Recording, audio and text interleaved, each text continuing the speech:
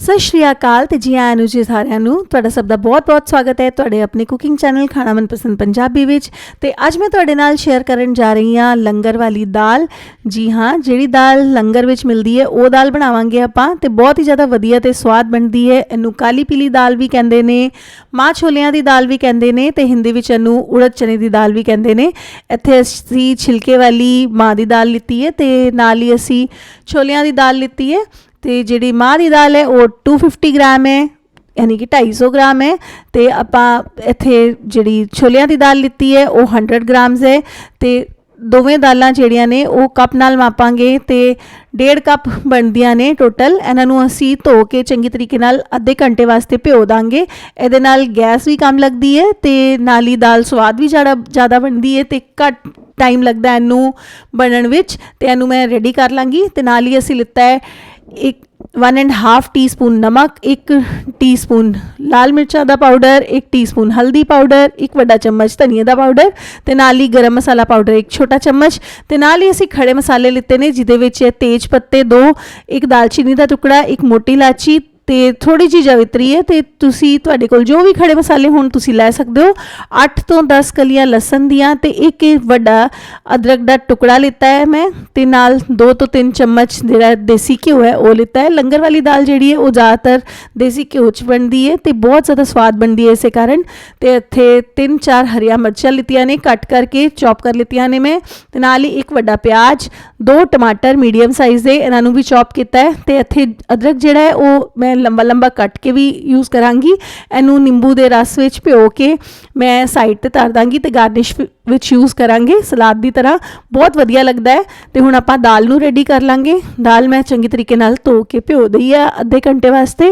2 cup पानी use किया है। तो जिहड़ा पानी है उसे सुट दांगे ते नवां पानी ऐड करांगे दाल विच। ते इनू अद्धे घंटे वास्ते भिओण तो दे कारण जिहड़ा दाल है उहदा स्वाद भी वध जांदा है ते कलर भी वधिया आंदा है। ते आपां प्रैशर कुकर लिता है। प्रैशर कुकर विच मैं 1 कप पानी नाल दाल पाती सी ते हुण 3 कप पानी होर ऐड किया है। 1.5 कप दाल वास्ते मैं इत्थे 4 कप पानी यूज़ किया है। तो बाद च जे जरूरत लगी तो आपां होर पानी ऐड करांगे। तो इत्थे ऐड करांगे 1 चम्मच नमक, 1 चम्मच हल्दी पाउडर ते नाल ही आधा चम्मच मैं इत्थे लाल मिर्चा का पाउडर भी ऐड कर रही हाँ। बहुत ज़्यादा ऐड नहीं करांगी क्योंकि बाद च मैं तड़के विच भी पावांगी। तो इत्थे हुण आपां इहदे विच पावांगे थोड़े जे खड़े मसाले जिवें कि तेज पत्ता, मोटी इलायची, दालचीनी का टुकड़ा। तो इन्हां नूं सुखी अदरक भी पाई है मैं इत्थे। ते अदरक ते लसन का पेस्ट थोड़ा जिहा ऐड किया है। तो हुण आपां इहनूं सीटियां लावांगे। इस तरीके नाल जद असीं दाल बनांदे ने ते दाल का स्वाद जिहड़ा है वो वध जांदा है। तो इत्थे मीडियम फ्लेम ते मैं 4 तो 5 सीटियां दित्तियां ने दाल नूं ताकि दाल जिहड़ी है वो पूरी तरीके नाल कुक हो जाए। तो तुसीं वेख सकदे हो 4 सीटियां विच ही दाल जिहड़ी है बहुत वधिया तरीके नाल कुक हो चुकी है। तो तुसीं टैक्सचर वेख सकदे हो। कंसिस्टेंसी एडजस्ट करन लई तुसीं बाद च गर्म पानी ऐड कर सकदे हो। तो दाल जिहड़ी है वो कुक होके साडी रेडी हो चुकी है। तो हुण आपां तड़का बनावांगे। तड़के वास्ते मैं इत्थे एक कढ़ाई लीती है। इहदे विच ऐड करांगे 2 चम्मच देसी घ्यो। जे तुसीं देसी घ्यो नहीं पाना चाहते तो तुसीं सरों दा तेल यूज़ कर सकते हो या फिर वनस्पति ऑयल जिहड़ा हुंदा है वो भी यूज़ कर सकते हो। तो हुण आपां घ्यो नूं चंगी तरीके नाल गरम होण देवांगे। तो इत्थे ऐड कर दांगे अदरक ते लसन का पेस्ट मैं क्रश कर लिता सी। तो हुण आपां पावांगे तेज पत्ता जिहड़ा असीं बचा के रखिया सी। बाकी खड़े मसाले जिहड़े ने वो दाल च मैं पहला ही ऐड कर दिते सन। तो इन्हां नूं 1 मिनट वास्ते भुनना है ताकि कच्चापन जिहड़ा है वो दूर हो जाए। तुसीं चॉप करके भी ऐड कर सकते हो। तो हुण आपां ऐड कर दांगे इहदे विच प्याज। तो यह जी दाल है वो बहुत ज़्यादा वधिया बनती है। तो मैं इत्थे हरियां मिर्चां भी ऐड कर दित्तियां ने बचियां हुईयां। तो प्याज पाण तो बाद इनू चंगी तरीके नाल भुनना है जब तक कि इन्हां दा कलर जिहड़ा है वो गोल्डन ना हो जाए। मसाला जिन्ने चंगी तरीके नाल तुसीं भुनोगे स्वाद उन्ना ज़्यादा वधिया आएगा। तो इत्थे प्याज भी भुन हो गए ने। तो हुण आपां टमाटर ऐड कर दिते ने। तो नाल ही आपां जिहड़े बचे हुए मसाले सन हल्दी, मिर्ची, धनिया वो भी ऐड कर दांगे।